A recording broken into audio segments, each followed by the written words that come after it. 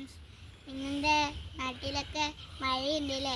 നേരത്തെ ഇത്തിരി ചാറിയായിരുന്നു അല്ലേ മഴ? ഇപ്പോൾ മഴ വെയിലായില്ലേ? സ്കൂളിന് തുറക്കാൻ 2 ദിവസമേ ഉള്ളൂ. അപ്പോൾ നിങ്ങളൊന്നും ആരും മഴയത്ത് ഒന്നും കളിക്കരുത് കേട്ടോ. പനി പിടിച്ചാൽ നമുക്ക് സ്കൂളിലും പോകാൻ പറ്റില്ല, ഒന്നിനും പോകാൻ പറ്റില്ല. പട്ടി അടിക്കാൻ വന്നു. എന്നെ ഒരു പട്ടി അടിക്കാൻ വന്നിട്ട് പിന്നെ സെക്കൻഡ് ഇപ്പോൾ എൻ്റെ ബാക്കിൽ കൂടെ നടന്നു. അതെനിക്ക് പെട്ടെന്ന് പേടിയായി. മയിലിൻ്റെ സൗണ്ട്.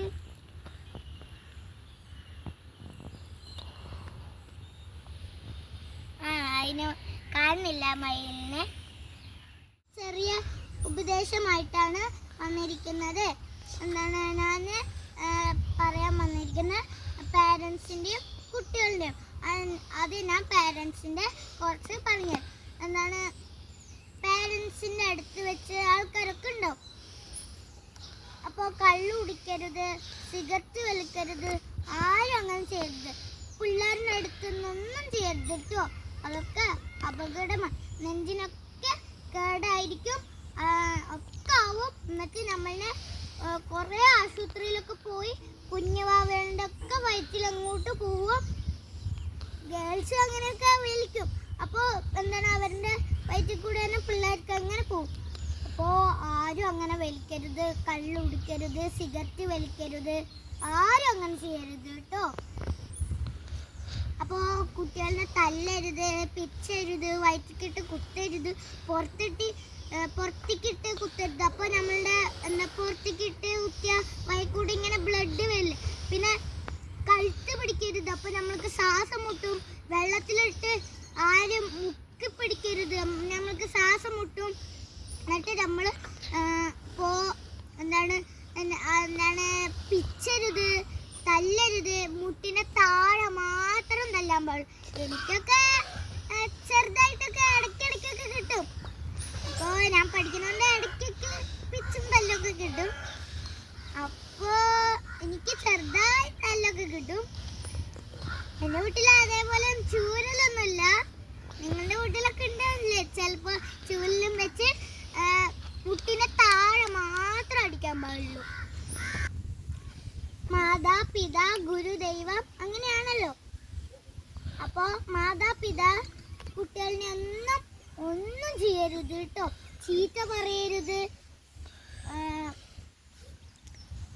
മുഖത്തേക്കിട്ട് തല്ലരുത്. പരീക്ഷയ്ക്കൊക്കെ തോറ്റ ഒറ്റ അടി തല്ലില്ലേ? പരീക്ഷയ്ക്കൊക്കെ തോറ്റ എന്തുവാണ് ചെയ്യുക? പാസ്സൊക്കെ ആയ ഒന്നും ചെയ്യില്ലല്ലോ. അപ്പൊ തോറ്റാൽ എന്താണ്? അപ്പൊ തോറ്റാ മുഖത്തേക്കിട്ട് തല്ലുവോ? ആരും ചെയ്യില്ലല്ലോ. അപ്പോൾ ആരും തോറ്റാൽ ഇങ്ങനെയൊന്നും ചെയ്യരുത്, മുഖത്തേക്കിട്ട് തല്ലരുത്. പരീക്ഷയ്ക്കൊക്കെ തോറ്റ അമ്മമാരൊക്കെ ഇങ്ങനെ തല്ലില്ലേ? അപ്പൊ അങ്ങനെയൊന്നും ആരും ചെയ്യരുത്. അപ്പൊ പിള്ളേർക്കൊക്കെ വിഷമാവില്ലേ? അച്ഛനും അമ്മയും അങ്ങനെ മുഖത്തേക്കിട്ടൊന്നും തല്ലരുത്. അപ്പൊ പിള്ളേർക്ക് ഇങ്ങനെ ഇറങ്ങിപ്പോവും. അപ്പൊ അമ്മമാർക്ക് സങ്കടമായിട്ട് പിന്നെ മോളെവിടെയെന്നൊക്കെ പറഞ്ഞ് വിഷമിക്കും. എന്നിട്ട് എല്ലാവിടെയും തപ്പിയൊന്നും കാണില്ലല്ലോ. അപ്പൊ നിങ്ങളൊന്നും അങ്ങനെ ചെയ്യരുത്. അപ്പൊ നമ്മൾ ചെറിയ കാലത്തൊക്കെ ഇങ്ങനെ നടന്ന അമ്മമാരൊക്കെ പഠിപ്പിക്കില്ലേ? അപ്പൊ നമ്മളിങ്ങനെ കാലിങ്ങനെ കല്ല് കെട്ടിയാൽ പെട്ടെന്ന് വീഴില്ല. അപ്പൊ നമ്മളെ കാലൊക്കെ പൊട്ടിയ എത്ര പ്രാവശ്യം നമ്മളുടെ ചോര വരിക. പിന്നെ അമ്മമാര് തല്ലുക. അപ്പൊ ചെറിയ കുട്ടികൾക്കൊക്കെ തല്ലുമ്പോൾ വേദന എടുക്കില്ല. അപ്പൊ അമ്മമാരൊക്കെ ഇങ്ങനെ ഓയിൻമെന്റ് ഒക്കെ തേച്ചേരും, പഞ്ഞൊക്കെ വെച്ചേരും. ഇവിടെ ഒരു പട്ടി വരുന്നേ.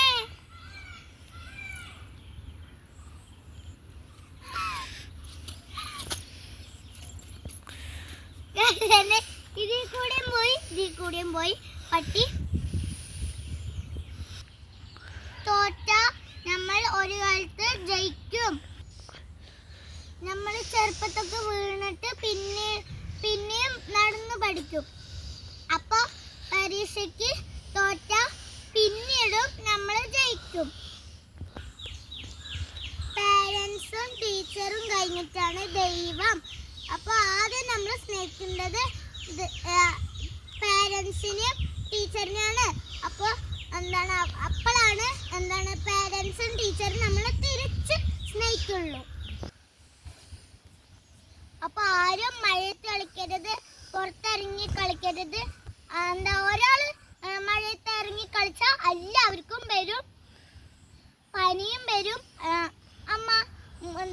ജലദോഷവും വരും, പിന്നെ കഫക്കെട്ടും വരും, ഒക്കെ വരും.